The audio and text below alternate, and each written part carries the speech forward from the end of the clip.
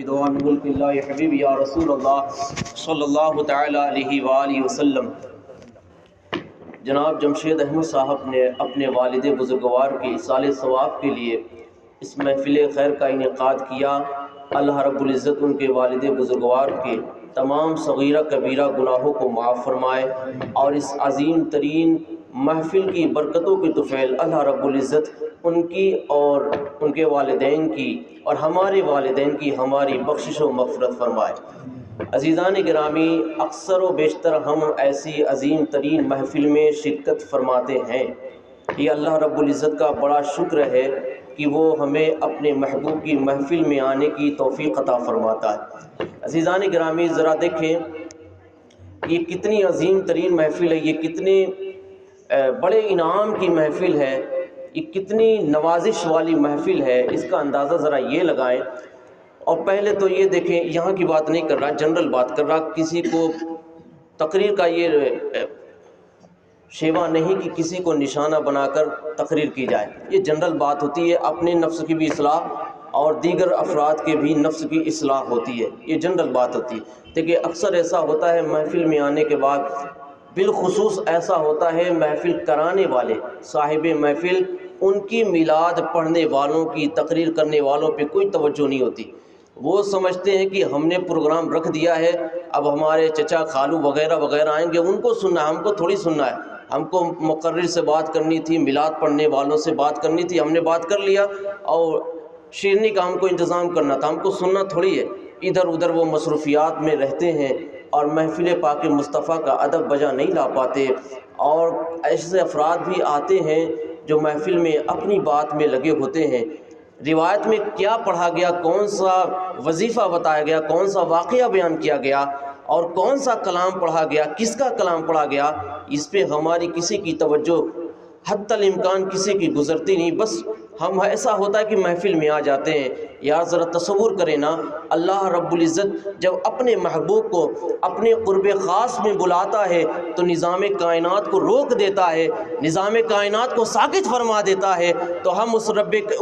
پیارے آقا علیہ الصلوۃ والسلام کے نام کی محفل سجائیں تو کیا ہم اپنی دنیاوی باتوں کو نہیں روک سکتے؟ کیا ہم اپنے تھوڑے معمولی کام کو نہیں روک سکتے؟ ہونا تو یہ چاہیے تھا کہ ہم اس محفل کا خوب ادب بجا لائیں، اور اس محفل کا ادب بجا لانے پر انعام کیا ملتا ہے۔ اگر خلوص کے ساتھ عشق و مستی کی آگ میں جل کر اگر ایسی محفل کا انعقاد کیا جائے تو انعام کیسا ملتا ہے۔ عزیزان گرامی وقار، ایک شہر میں ایسا ہوا، ایک رئیس گھر میں آقا علیہ الصلوۃ والسلام کے جشن کی محفل سجی، آقا کے میلاد کی محفل سجی، تو جب اس شہر میں یہ خبر پھیلی کہ آج اس رئیس گھر میں آقا کے میلاد کی محفل سجی ہے، تو ایک غریب گھر میں ایک ماں اور اس کی لڑکی نے بھی یہ صدا سنی کہ آج اپنے نبی کے ذکر کی محفل سجی ہے، چلو اپنے نبی کی نعت سنتے ہیں، چلو اپنے نبی کی باتیں سنتے ہیں، چلو اپنے نبی کے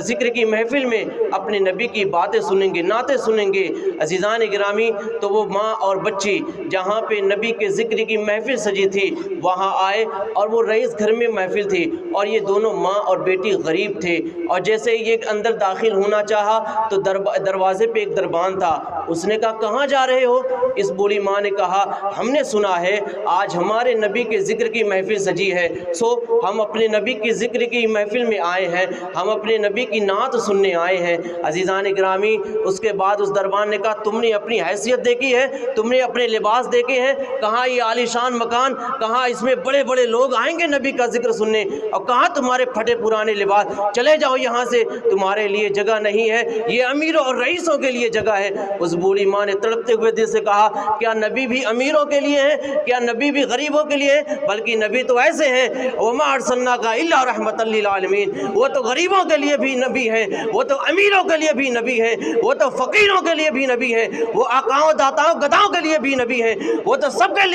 لیے نبی بن کر آئے ہیں۔ عزیزان گرامی، لیکن اس دربان نے ان کی ایک نہ سنی اور اس بوڑھی ماں کو دھکا دے کر اس کو باہر کر دیا، گرا دیا۔ اس کے بعد جب وہ بوڑھی ماں گری، اس کی بیٹی اس کے پاس جاتی ہے، کہتی ہے ماں انہوں نے تو ہمیں اندر جانے نہ دیا، انہوں نے تو ہمیں نبی کے ذکر کی محفل میں جانے نہ دیا۔ دیا، لیکن ماں ہمارا گھر تو ابھی باقی ہے، چلو گھر چلتے ہیں اور ہم اپنے گھر کے ایک حصے کو صاف کرتے ہیں اور وہیں پہ اپنے گھر کے ایک حصے میں ہم اپنے نبی کی نعت پڑھیں گے۔ ماں میں نبی کی نعت پڑھوں گی اور تم نبی کی نعت سن کر جھوم کر سبحان اللہ کہتی رہنا۔ ماں چلو اپنے گھر میں ہم اپنے نبی کے ذکر کی محفل سجاتے ہیں۔ عشق اور خلوص کے ساتھ یہ ماں اور بیٹی اپنے گھر جاتے ہیں اور گھر کے ایک حصے کو صاف کرنے کے بعد انہوں نے نبی پاک علیہ السلام کے ذکر کی محفل سجائی۔ وہ بیٹی نبی کی نعت پڑھتی جا رہی ہے اور وہ ماں جھوم جھوم کر سبحان اللہ کہتی جا رہی ہے۔ بالآخر جب محفل عروج کو پہنچی، جب محفل ختم ہوئی، جب وہ بوڑھی ماں بیٹھ کے جب وہ کھڑی ہوتی ہے اور اپنے دروازے اپنے گھر کے دہلیز کی طرف جب دیکھتی ہے تو کیا دیکھتی ہے کہ پیرے پیراں میرے میراں شاہ جیلاں سرکار سیدنا شیخ ابو محمد محی الدین عبد القادر جیلانی آقا غوث العظم رضی اللہ تعالیٰ عنہ اس کے گھر کی دہلیز کا بوسہ لے رہے ہیں۔ جب اس نے یہ دیکھا تو وہ تعجب خیز انداز میں پوچھتی ہے، یا شیخ کہاں میرے گھر کی دہلیز اور آپ اس کا بوسہ لے رہے ہیں؟ میرے گھر کی دہلیز کہاں اور آپ کی ذات والا کہاں؟ اے شیخ آپ میرے گھر کی دہلیز کا بوسہ لے رہے ہیں؟ تو پیرے پیرا شاہ جیلاں غوث العظم نے فرمایا، اے بوڑھی ماں میں تیرے گھر کی دہلیز کا کب بوسہ لے رہا؟ ارے تو نے جب سے میرے نانا جان کی ذکر کی محفل سجائی ہے تو میرے نبی نے جب تو نے میرے نبی کے ذکر کی محفل سجائی اور جب تیری بیٹی نبی کی نعت پڑھ رہی تھی تو اس وقت نانا جان یہاں تشریف لائے تھے اور جہاں تیرے گھر میں میرے نبی کے قدم ناز کے نشان پڑے ہیں میں تیرے گھر کی اس دہلیز کے حصے کا بوسہ لے رہا ہوں۔ تو سنا ہے آپ ہر عاشق کے گھر تشریف لاتے ہیں، میرے گھر میں بھی ہو جائے چراغا یا رسول اللہ، میرے گھر میں بھی ہو جائے۔ یہ وہی محفل ہے جس میں آج ہم اور آپ بھی شرکت کیے ہوئے ہیں، بشرط یہ کہ خلوص اور عشق و مستی کی آگ میں جل کر ہم اس محفل کو سجائیں اور اس محفل میں آئیں۔ عزیزان گرامی وقار، آج بھی ہمارے نبی زندہ ہیں، ہمارا تو ایمان ہے آج بھی ہمارے نبی زندہ ہیں اور وہ عطا فرماتے ہیں۔ آج بھی اگر ہم اخلاص اور خلوص اور سچے عشق کے ساتھ اور اس محفل کا ادب بجا لانے کے ساتھ اس ذکر کو سجائیں، اس محفل میں آئیں، اس محفل کو سجائیں تو انشاءاللہ وہ سرکار ضرور کرم فرمائیں گے۔ عزیزان گرامی وقار، کل نفس ذائقۃ الموت، ہر جاندار شے کو موت کا مزہ چکھنا ہے، کوئی بھی ہو، وہ آسمانی ہو زمینی ہو کوئی بھی ہو، جس میں جان ہے ہر جاندار کو موت کا مزہ چکھنا ہے۔ عزیزان گرامی وقار، آپ ہی دیکھیں، یہ ہمارے مشاہدے میں آتا ہے۔ دیکھیں پہلے یہاں پر محفل سجی ہوگی، ہمارے درمیان میں بہت سارے ایسے بھی چہرے تھے جو آج نظر نہیں آ رہے، جو کل تک ہم میں موجود تھے لیکن آج وہ ہمارے درمیان نظر نہیں آتے۔ عزیزان گرامی، آج ہم اپنے احباب کے درمیان ہیں لیکن کل وہ وقت بھی آنے والا ہے، ہمارے احباب تو ہوں گے ممکن لیکن ہم موجود نہیں ہوں گے۔ وہ وقت بھی آنے والا ہے کہ ان قریب ہمیں بھی گور تیرہ کی جانب چلنا ہے۔ اور یاد رکھیں ہر نفس کو مرنا ہے، وہ ابھی جلد ہی کچھ ہی دنوں ہوا ہے، شب برات گزری ہے، جس شب میں جس رات میں ہمارے اعمال کا فیصلہ ہوتا ہے، ہماری زندگی ہمارے رزق کا فیصلہ ہوتا ہے، اس رات میں ملک الموت کے ہاتھ میں لسٹ دفتر دے دیا جاتا ہے۔ کون سا دفتر، کیسا دفتر؟ عزیزان گرامی، اس سال 14 شعبان المعظم تک جتنے لوگ مرنے والے ہیں ان کا نام جو ملک الموت کو دفتر دیا گیا ہے اس دفتر میں 1 سال تک مرنے والوں کا نام لکھا ہے۔ اب یہ بتائیں جو ملک الموت کے ہاتھ میں دفتر دیا گیا ہے ہم کو نہیں پتا کہ اسی مرنے والوں میں ہمارا بھی نام شمار ہے، ہم کو نہیں معلوم کہ اسی سال مرنے والوں میں ہمارا بھی نام شامل ہے، ہم کو نہیں معلوم اسی مہینے، بلکہ ہم کو نہیں معلوم اسی ہفتے، اسی دن، اسی گھنٹے میں مرنے والوں میں ہمارا بھی نام شامل ہے۔ ہمیں نہیں پتا ہے۔ آقا خود ارشاد فرماتے ہیں بندہ شادی کرتا ہے، بچے پیدا کرتا ہے، عالیشان مکان تیار کرتا ہے، حالانکہ وہ مردوں میں لکھا جا چکا ہے۔ کیا مطلب یہی کہ آج ہم یہاں محفل میلاد میں آئے ہیں، شادی بیاہ بھی کریں گے، گھر بھی بنائیں گے، اپنی زندگی کے امور کو انجام بھی دیں گے، لیکن جو شب برات میں ملک الموت کو دفتر دیا گیا ہے اس میں اگر ہم لکھے جا چکے، اس میں اگر ہمارا بھی نام ہے تو یہ سارے افعال تو ہم کر رہے ہیں لیکن حقیقی معنوں میں ہم مردوں میں لکھے جا چکے ہیں۔ لیکن اس بات کا ہم کو علم نہیں کہ ہم مردوں میں لکھے جا چکے، لیکن ہمارے لیے بہتر یہی ہے کہ ہم کو یہی لمحہ فکر کرنا ہے کہ ہو نہ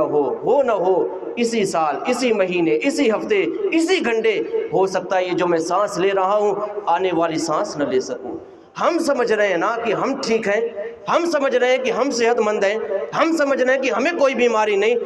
ہم اپنے محلے کا، اپنے قصبے کا، اپنے شہر کا، اپنے ملک کا اگر ہم جائزہ لیں، واللہ ایسے بہت سارے جنازے دکھیں گے جو وہ یہی سمجھتے تھے، وہ ہٹے کھٹے تھے، صحت و تندرست و توانا تھے، لیکن اچانک کوئی مرض آیا اور وہ اچانک موت کے گھاٹ اتر گئے۔ عزیزان گرامی وقار، تو یہ حادثہ ہمارے بھی ساتھ پیش آ سکتا ہے، ہم کو نہیں معلوم کہ ہماری موت کس طرح لکھی ہے۔ عزیزان گرامی، تو ہم کو ہر لمحہ اپنی موت کی فکر کرنی چاہیے۔ ایک بات یہ بھی دیکھیں، اگر زید اور یہ بکر، زید بکر سے محبت کرتا ہے، یہ سمجھانے کے لیے بتا رہا، زید بکر سے محبت کرتا ہے، بکر زید سے محبت کرتا ہے۔ اب یہ زید کی خواہش ہے، یہ اس سے محبت، یہ اس سے محبت۔ اب زید کی طلب ہے، زید کی خواہش ہے کہ بکر نہ گیم کھیلے، نہ جوا کھیلے، نہ شراب پیے، کوئی برا کام نہ کرے، یہ زید کی خواہش ہے۔ اب یہ اس کے سامنے، بکر جب زید کے سامنے آتا ہے تو نہ چوری کرتا ہے، نہ گیم کھیلتا ہے، نہ گٹکا کھاتا ہے، نہ پان کھاتا ہے، یعنی زید کو جو پسند نہیں، بکر اس کے سامنے کچھ نہیں کرتا۔ لیکن اس کی بیک سائڈ میں، اس کے پیٹھ پیچھے بکر گیم بھی کھیل رہا ہے، گٹکے بھی کھا رہا ہے، چغلی بھی کر رہا ہے، غیبت بھی کر رہا ہے، تمام گناہ کر رہا ہے۔ اب بتائیں نا،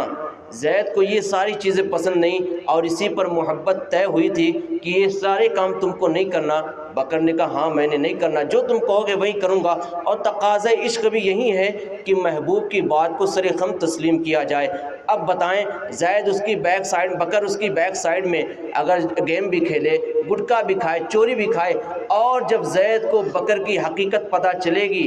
تو بتائیں زید کو تکلیف ہوگی کہ نہیں ہوگی؟ ہوگی نا، ہر حال میں تکلیف ہوگی۔ کیوں؟ کیونکہ وعدہ اس نے کیا تھا اور یہ محبوب ہے، یہ بھی پیار کرتا ہے، یہ بھی پیار کرتا ہے، لیکن زید کا دل بکر نے دکھایا۔ اس کی بات نہ مان کر بلا تمثیل، بلا تشبیہ اپنے آقا جان علیہ الصلوۃ والسلام نے ارشاد فرمایا، شراب سے بچنے کا حکم ہمیں دیا گیا، زنا سے بچنے کا حکم ہمیں دیا گیا، چوری سے بچنے کا حکم ہمیں دیا گیا، جھوٹ سے بچنے کا حکم ہمیں دیا گیا، غیبت، چغلی، زناکاری، فحش گوئی، بد کلامی، بد اخلاقی، تمام گناہوں سے بچنے کا حکم ہمیں دیا گیا۔ لیکن عزیزان گرامی، ہم غیبت بھی کر رہے، چغلی بھی کر رہے، زنا بھی کر رہے، بد نظری بھی کر رہے، بد افعالی بھی کر رہے، ماں باپ کی نافرمانی بھی کر رہے، نماز بھی ادا نہیں کر رہے، جھوٹ بھی بول رہے، تمام گناہ کر رہے۔ اب بتائیں نا، ہر ہفتے آقا جان کی بارگاہ میں فرشتے ہمارا اعمال نامہ لے کر پیش ہوتے ہیں۔ اب بتائیں نا، جب ہر ہفتے فرشتے آقا جان کی بارگاہ میں ہمارا نام اعمال پیش کریں گے اور کہیں فرشتے یا رسول اللہ، اس ہفتے آپ کے غلام نے، اس ہفتے آپ کی عشق کا، آپ کی محبت کا دم بھرنے والے غلام نے یا رسول اللہ زنا بھی کیا ہے، چوری بھی کیا ہے، غیبت بھی کیا ہے، جھوٹ بھی بولا ہے، ماں باپ کی نافرمانی بھی کی ہے، یا رسول اللہ 5 وقت کی نمازوں میں سے کوئی نماز ادا نہ کی ہے، یا رسول اللہ قرآن کے پاروں میں سے کوئی آیت کی تلاوت بھی نہ کی ہے۔ اب بتائیں نا، جب یہ ہماری کرتوت رسول گرامی وقار کی بارگاہ میں پیش کی جاتی ہوگی تو رسول گرامی وقار کے قلب انور و اقدس میں کیا گزرتا ہوگا؟ کیا آقا کو تکلیف نہیں پہنچتی ہوگی؟ اب بتائیں نا، جس نبی سے ہماری تمام وابستگیاں ہیں،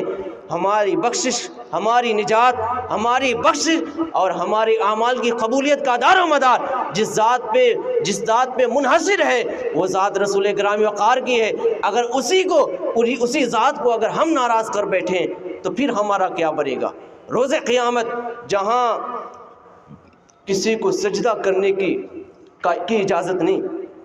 جہاں کسی کو بات کرنے کی اجازت نہیں، الا رسول اللہ، سوائے اپنے نبی کے، روز قیامت بھی اگر کوئی سجدہ کرے گا تو وہ ذات رسول گرامی وقار کی ہے۔ اگر کوئی سب سے پہلے سفارش کرے گا تو وہ ذات رسول گرامی وقار کی ہے۔ سارے نبی تو اذهبوا الی غیری کی صدائیں لگائیں گے، اگر لبیک یا امتی کی صدا کوئی لگائے گا تو وہ اپنے نبی کی شان ہے۔ اب بتائیں نا، اگر اپنے نبی کو ہی ناراض کر بیٹھیں تو پھر کون ہمارا سہارا ہے؟ پھر کون ہمیں بچائے گا؟ پھر غضب قہار و جبار سے کون بچائے گا؟ اللہ رب العزت کے قہر سے، اس کی جباریت سے کون بچائے گا؟ ذرا تصور کریں عزیزان گرامی، ہر حال میں مولانا دیکھیں، اگر ہم چاہتے ہیں کہ زنا سے بچیں، چوری سے بچیں، جھوٹ سے بچیں، غیبت سے بچیں، چغلی سے بچیں، تمام گناہ سے بچیں، تو ایک علاج، اور یہ بہت مضبوط علاج ہے، اور وہ علاج یہ ہے کہ ہم اور آپ اپنی موت کو یاد کرنے والے بن جائیں،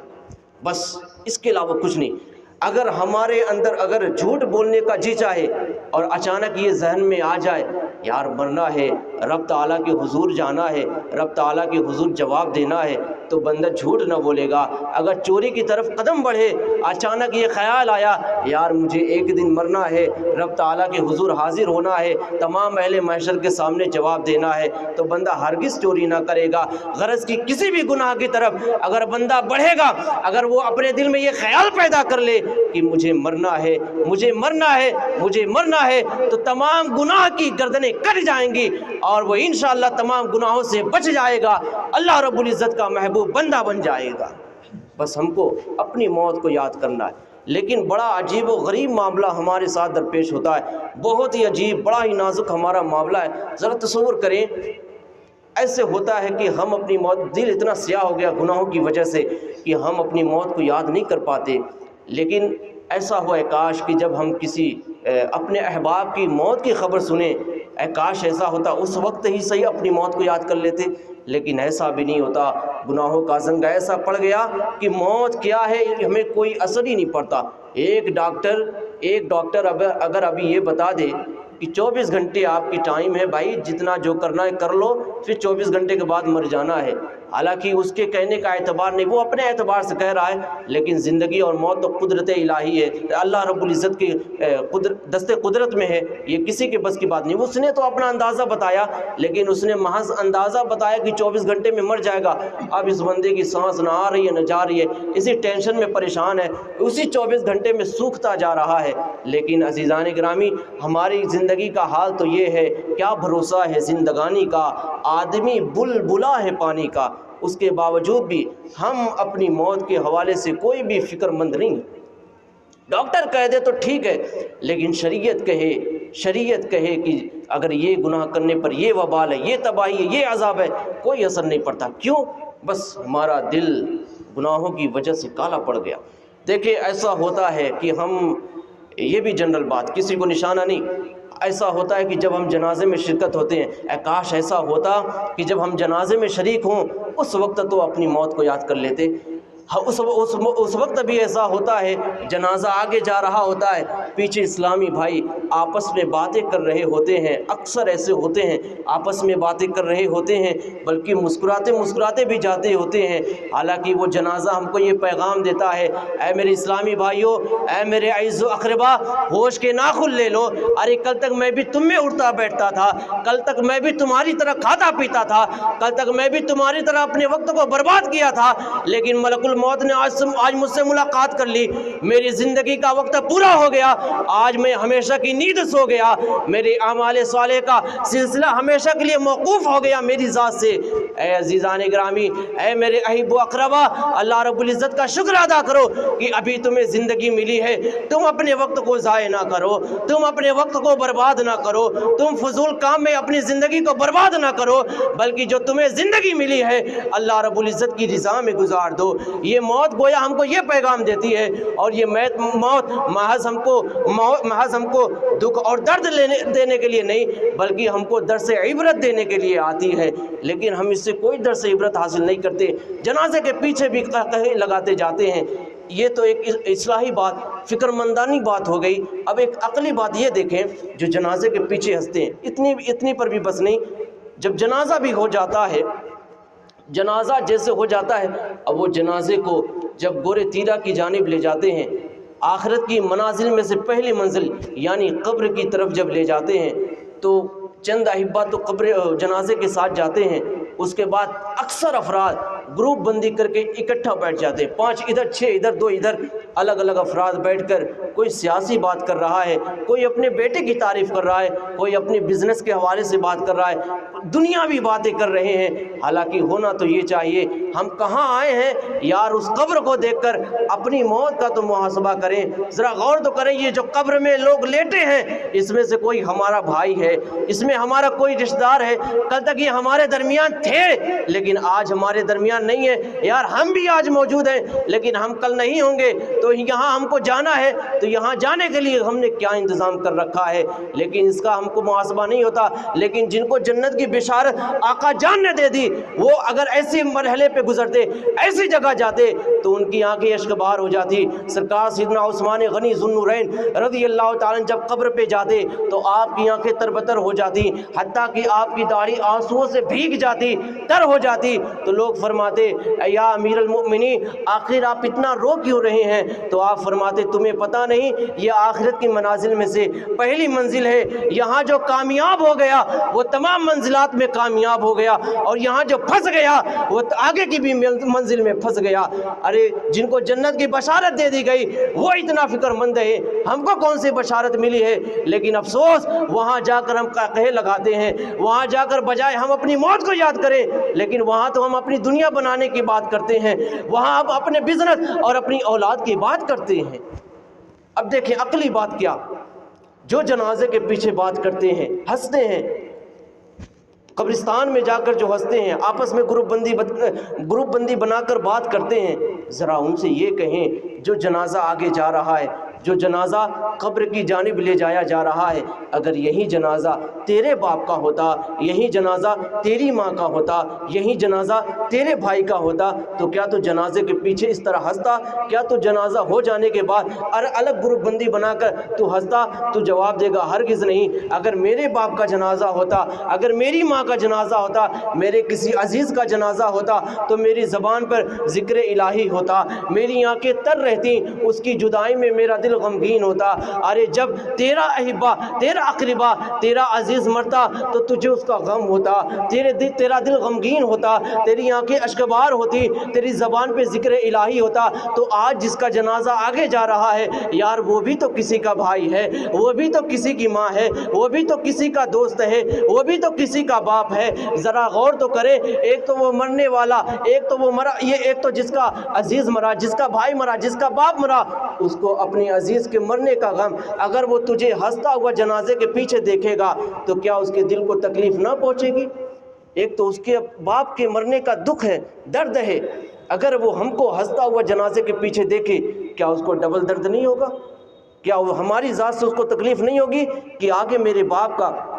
میری ماں کا جنازہ جا رہا لیکن میرا بھائی جنازے کے پیچھے ہنستا نظر آ رہا، میرا بھائی جنازہ ہو جانے کے بعد گروپ بندی بنا کر وہاں ہنس رہا ہے، قہقہے لگا رہا ہے۔ یار یہاں تو ہمیں اپنی موت کو یاد کرنے کی جگہ تھی۔ عزیزان گرامی، حاصل کلام اور گفتگو کا نچوڑ بس یہی ہے کہ ہم کو اپنی موت کو ہر لمحہ یاد کرنا ہے، اور اگر ایسی جگہ جائیں تو حتی الامکان اپنی موت کو یاد کرنا ہے۔ اور ایک اور دیکھیں اہم بات، قیمتی بات، کہ جب جنازے میں ہم جائیں، جنازہ ہو جائے، جب جنازے کو قبر میں اتارنے کو لے جائیں تو ہم کو ایسا چاہیے، کوشش کرنی چاہیے کہ جب جنازے کو قبر میں اتارا جائے تو ایسے وقت میں ہم کو وہاں موجود رہنا چاہیے۔ اس لیے نہیں نظارہ کریں، اس لیے نہیں ٹائم پاس کریں، نہیں، اس لیے ہم اپنی عبرت کے لیے وہاں کھڑے رہیں۔ کیوں؟ اس لیے جب اس جنازے کو اتار کر نکال کر قبر کے اندر ڈالا جائے تو ہم احساس کریں اسی طرح مجھے بھی اتار کر قبر کے اندر ڈالا جائے گا، اسی طرح قبر کے اندر ڈالنے کے بعد میری بھی اوپر پٹریاں رکھ دی جائیں گی، جو سوراخ ہوں گے ان پہ مٹی سے اس کو بند کر دیا جائے گا، بڑے بڑے ڈھیلے اس کے اوپر رکھ دیے جائیں گے، پھر گز بھر زمین کے اندر مجھے دفن کر دیا جائے گا۔ پھر ہمیشہ کے لیے میرے عزیز، میرے اقربا، یہ آپ نے بھی مشاہدہ کیا ہوگا، پھر ہمیشہ کے لیے میرے عزیز اور اقربا 3 بار مٹی دینے کے بعد میری قبر پہ بھی، میرے قبر پر ہی ہاتھ جھاڑتے ہوئے، پیٹھ دکھاتے ہوئے ہمیشہ کے لیے مجھے اس قبر کی کالی کوٹھری میں چھوڑ کر چلے جائیں گے۔ وہاں ہم اپنی موت کو یاد کریں، اس احساس کو اگر ہم وہاں یاد کریں گے انشاءاللہ موت کی یاد اگر ہمارے دل میں بیٹھ گئی، واللہ واللہ واللہ تمام گناہوں سے بچ جائیں گے، اور انشاءاللہ جب گناہوں سے بچ جائیں گے تو اللہ رب العزت اپنا محبوب بندہ بنا لے گا۔ اور یہ بھی ایسا ہوتا ہے اگر کوئی اپنا عزیز مر جائے تو بڑے ہی شوق سے ماشاءاللہ 40 دن تک نماز کا اہتمام ہوتا ہے، 40 دن تک قبر پہ حاضری کا سلسلہ جاری ہوتا ہے، 40 دن تک قرآن کی تلاوت ہوتی ہے، 40 دن تک کھانے بخشوائے جاتے ہیں، غریبوں کو کھلائے جاتے ہیں۔ 40 دن کے بعد 41واں دن آوے تو سب ختم، نہ قبر پہ جانا، نہ نماز کے لیے آنا، نہ کھانا کا بخشوانا، نہ قرآن کی تلاوت کا کرنا۔ گویا بندہ یہ سمجھتا ہے 40 دن میں نے اپنے باپ کو جنت میں پہنچا دیا، جب میں نے اپنے باپ کو جنت میں پہنچا دیا، وہ تو میرا باپ ہے، وہ بھی مجھے جنت میں بلا لے گا۔ اتنا آسان نہیں، اور ایسا نہیں کہ جب باپ مرے، کوئی عزیز مرے تو 40 دن کے لیے ہی نماز فرض ہے، نہیں، ہر عاقل و بالغ پر جب تک اس کا ہوش اس کا سلامت ہے، اس کی عقل سلامت ہے، اس وقت تک اس پہ نماز فرض ہے۔ 40 دن کے بعد نماز معاف نہیں ہو جاتی۔ عزیزان گرامی وقار، تو ہونا یہ چاہیے کہ عزیز کے انتقال کے بعد صرف 40 دن نہیں بلکہ ہمیشہ سے اور ہمیشہ تک پوری زندگی ہم رب تعالیٰ کی عبادت کرنے والے بنیں۔ اور دیکھیں یہ بھی ایک بات کہ دنیا اکثر ایسا ہوتا ہے جو تجارت کرتے ہیں، بڑے بڑے بزنس کرتے ہیں، اعلیٰ کام کرتے ہیں۔ ایک میں مثال واقعے کے طور پر بتاؤں، ایک جنرل تھا اور اس کا اعلیٰ عہدہ ہوتا ہے، جانتے ہی ہیں، اعلیٰ وہ سرکاری افسر تھا، جنرل تھا، بہت ہی اس کی انکم اچھی تھی۔ تو اس نے اپنی حیثیت کے اعتبار سے اس نے اپنے بچوں کو اعلیٰ ترین دنیا کا جو ٹاپ اسکول ہے، کالج ہے، یونیورسٹی ہے، اس میں اس نے اس کی تعلیم دلوائی اپنے بچوں کی۔ 3 بچے اس کے تھے، ٹھیک ہے۔ اس کے بعد اس نے اپنے بچوں کی اعلیٰ تعلیم دلوائی، اس کے بعد اس کے منصب کی وجہ سے اس کے بچوں کو اعلیٰ نوکری بھی مل گئی۔ لیکن افسوس اس کا جب ریٹائر کا وقت آیا، یہ ریٹائر بھی ہو گیا، اور افسوس ایسا کہ اس کے پورے بدن پہ فالج پڑ گئی۔ یہ پوری زندگی اس کا ایک ہی لب لباب تھا، ایک ہی مقصد تھا کہ میں اپنی خوشیوں کو قربان کر کے، اپنے سکھ دکھ کو، اپنے آرام کو آرام نہ سمجھ کر، اپنی تکلیف کو تکلیف نہ سمجھ کر، اپنے خون کو پسینے کو پسینہ، خون کو خون نہ سمجھ کر، ہر لمحہ میرا جو ٹارگیٹ ہے، میرا جو نشانہ ہے وہ یہ ہے، میں دولت اتنی اکٹھا کر لوں کہ میری اولاد میرے بعد راحت کی سانس لے، اطمینان کی سانس لے، چین کی سانس لے، میری اولاد کسی درد اور دکھ کا شکار نہ ہو۔ اس نے اپنی پوری زندگی اپنی اولاد کی زندگی کی کامیابی کے لیے وقف کر دی، اور جب ریٹائر ہوا اور جب وہ وقت آیا کہ اس کی اولاد اس کی خدمت کریں، یعنی جب اس کے پورے بدن پہ فالج کا اثر پڑ گیا، تو اس کے بیٹوں نے اس کی دیکھ ریکھ نہیں کی، بلکہ اس کے بیٹوں نے کیا کیا، کیونکہ اس نے کوئی دینی تعلیم اپنے بچوں کو نہیں دی، اس نے صرف اعلیٰ تعلیم اپنی حیثیت کے اعتبار سے دلائی۔ جہاں کتا بلی شروع سے ہی پڑھائے جاتے ہوں، وہاں ماں باپ کا ادب خاک سکھایا جائے گا۔ اس لیے اپنے بچوں کو چاہیے پہلے شروع میں اسلامی تعلیم دلائیں، اس کے بعد پرائمری اسکول میں بٹھا لیں۔ عزیزان گرامی وقار، اس کے بعد اس کے بچوں نے ایک نوکر خریدا، ایک نوکر کو اپنے گھر پہ بلائے، اور اس کی بھی اچھی اس کی سیلری بھی رکھی، چونکہ یہ سب بہت اعلیٰ منصب کے تھے، اعلیٰ حیثیت کے تھے، اچھی اس کی سیلری رکھی۔ اس کا کام کیا تھا اس نوکر کا کہ تم کو ہمارے جو بابا ہیں ان کو وقت وقت پہ کھانا دینا ہے، اور وقت وقت پہ ان کو دوا دینا ہے، اور تم کو کچھ نہیں کرنا ہے، ٹھیک ہے۔ اس کے بعد کیا ہوا، وہ نوکر جو ہے اپنے معمول کو کرتا رہا۔ اس کے بعد کچھ دن گزرے، اس کے تینوں بچوں نے کہا اس نوکر سے، ہم باہر جا رہے ہیں اپنی بیویوں کے ساتھ، ٹور پہ جا رہے ہیں، ٹہلنے جا رہے ہیں، تفریح کے لیے جا رہے ہیں، 3 مہینے کے بعد ہم لوگ آئیں گے، جب تک تم ہمارے باپ کی دیکھ ریکھ کرنا، یہ تم کو جتنے بھی پیسے چاہیے تم لے لو، اور جب بھی تم کو چاہیے تم ہم سے رابطہ کرنا، ہم تم کو پیسے دے دیں گے، ہمارے باپ کی دیکھ ریکھ میں کوئی کمی نہ آئے۔ اگر صحیح معنوں میں دل میں اگر ضمیر زندہ ہوتا، ایسے حال میں کیا وہ اپنے باپ کو چھوڑ کر جاتے؟ ہرگز نہیں۔ لیکن ایسے عالم میں جب کہ باپ مرنے کے عالم میں ہے، وہ باپ جس نے اپنی پوری زندگی اپنی اولاد کی زندگی بنانے کے لیے قربان کر دی، اس باپ کو ایسے مرنے کے وقت میں چھوڑ کر اس کے بیٹے اپنی بیویوں کے ساتھ تفریح کے لیے دوسرے ملک جا رہے۔ اس کے بعد انہوں نے اپنے نوکر کو پیسے دیے، اس کے بعد وہ سب اپنے شہر دوسرے ملک تفریح کے لیے چلے گئے۔ اس کے بعد کیا ہوا، یہ نوکر پھر اپنے معمول پہ اٹا رہا، اپنا کام کرتا رہا۔ ایک دن ایسا ہوا، چونکہ گھر میں کوئی نہیں تھا، ایک فالج شدہ وہ باپ تھا اور یہ ایک نوکر۔ جب یہ نوکر باہر کوئی سامان لینے کے لیے جاتا تو باہر سے تالے بند کر دیتا تھا، ایک دن ایسا ہوا کہ یہ نوکر کو کچھ سامان خریدنا تھا، تو یہ گھر سے نکلا، اس کو دوا دے کر اس کے بعد باہر سے اس نے لاک کر دیا، تالا بند کر دیا۔ اب یہ مارکیٹ گیا جو سامان لینا تھا۔ اب سامان لے کر جیسے یہ واپس آنے کو تھا، راستے میں اس کا ایکسیڈنٹ ہو گیا، حادثے میں یہ مر گیا۔ اب بتائیں، یہ بھی ذرا یہاں پر بھی دیکھیں، عبرت حاصل کر لیں، کیا اس کو پتا تھا کہ میں گھر واپس نہیں آ پاؤں گا؟ اس نے لاک کیا تھا اسی امید پہ نا، میں گھر واپس آؤں گا، سامان لے کر کھانے بناؤں گا، میں بھی کھاؤں گا، اس کو بھی کھلاؤں گا، اس کو بھی دوا کھلاؤں گا۔ نہ جانے اس کے دل میں کیسا ارمان رہا ہوگا، لیکن وہ سبزی لینے تو گیا، سامان لینے تو گیا، لیکن وہ ہمیشہ کے لیے چلا گیا، واپس لوٹ کر نہیں آیا۔ عزیزان گرامی، ہم بھی اپنے گھر سے ابھی نکلے ہیں، واللہ اس کی گارنٹی ہم نہیں دے سکتے کہ سلامتی کے ساتھ ہم اپنے گھر پہنچ سکتے ہیں۔ عزیزان گرامی، اس کے بعد اس نوکر کا انتقال، وہ جب حادثے میں مر گیا، 3 مہینے کے بعد اس کے تینوں بیٹے جب گھر کو آئے، جب انہوں نے دروازے پہ دستک دینا شروع کیا، اندر سے کوئی رسپانس نہیں ملا، کوئی جواب نہیں ملا۔ یہ دروازہ پیٹتے گئے اور کسی قدر انہوں نے گھر کی ایک کھڑکی کو توڑا، اور جیسے ہی کھڑکی کو انہوں نے توڑا، گھر سے ایک بھیانک سی بدبو آئی۔ یہ دور بھاگ گئے۔ اس کے بعد انہوں نے دروازے توڑے۔ دروازہ توڑنے کے بعد جب یہ اندر گئے تو ناک وہاں سانس لینے کو جی نہیں چاہ رہا تھا۔ کیا دیکھتے ہیں کہ اس باپ کا لاشا سڑ چکا ہے، اس کی ہڈیاں گل چکی ہیں۔ عزیزان گرامی، جب تحقیق کی گئی، پتہ لگایا گیا، تو پتہ یہی لگا، تمہارے جانے کے چند روز بعد تمہارا نوکر سامان لینے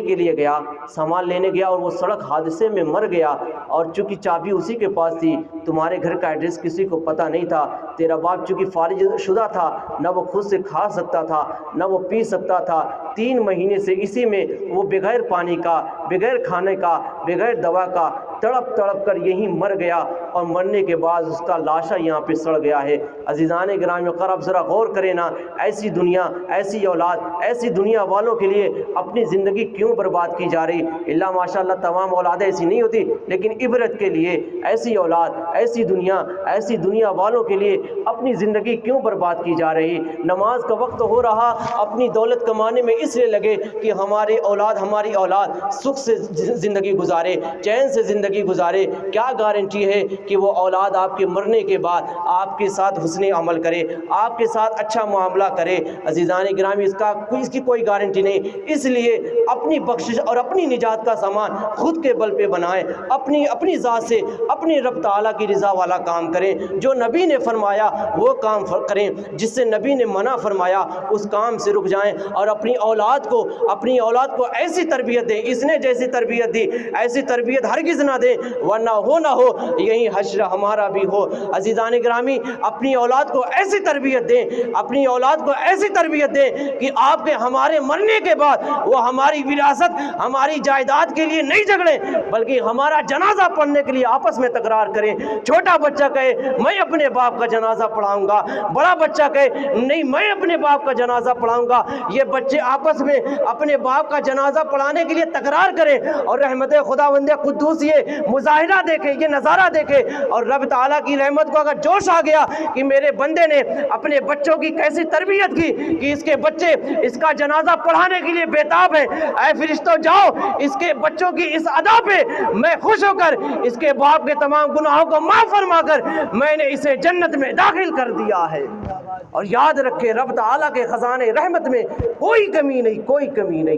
نہیں، ورنہ مشاہدے میں، اپنے مشاہدے کی کتابی بات نہیں، اپنے مشاہدے کی بات کر رہا۔ عزیزان گرامی، ایک دن ایسا ہوا، ایک صاحب کا جنازہ گیا، وہ ظہر کے بعد یا عصر کے بعد ان کا جنازہ پڑھایا گیا، اس کے بعد عشاء کے بعد میں ہم لوگ گئے ان کی تعزیت کے لیے کہ ان کے عزیز کا انتقال ہوا، چلیں ان کی تعزیت کے لیے جائیں۔ ہم لوگ تعزیت کو تو پہنچے، لیکن جیسے ہی ان کے گھر کے دروازے کے پاس پہنچے تو ہم نے کیا دیکھا، اس گھر میں پہلے ہی سے عزیز و اقربا موجود تھے۔ اس کے بعد بحث و مباحثہ کی آواز آئی، ہم نے غور کیا تو پتہ چلا دوپہر میں، عصر کے بعد یا ظہر کے بعد باپ کا جنازہ پڑھایا گیا ہے، باپ کا جنازہ پڑھا ہے، باپ کا جنازہ اٹھایا ہے، لیکن عشاء کی نماز کے بعد وہ باپ کی جائیداد کے بٹوارے کے لیے جھگڑ رہے ہیں۔ بتائیں نا یار، یہ اولاد ہے، یہ دنیا ہے، یہ دنیا والے ہیں، تو ایسے لوگوں کے لیے، ایسی دنیا کے لیے اپنی زندگی کیوں برباد کی جا رہی؟ دولت کمائیں، تجارت کریں، اولاد کو اچھی تعلیم دیں، تمام زندگی کے امور سے گزریں، لیکن اپنی بخشش کا سامان خود طے کریں، کسی کے سہارے نہ رہیں کہ ہمارے مرنے کے بعد 40 دن وہ قبرستان پہ آ کے ہمارا بچہ سورہ بقرہ پڑھا کر ہمیں تو بخشوا ہی دے گا۔ نہیں، کسی کے سہارے نہیں رہیں، چونکہ کسی سے ہمارے اعمال کے بارے میں نہیں پوچھا جائے گا۔ قیامت کے میدان میں ہمیں اپنے اعمال کا، زندگی کے ہر لمحات کا، ہر آن کا ہمیں ہی حساب دینا ہوگا۔ اس لیے ہمیں ہی اپنا اچھا محاسبہ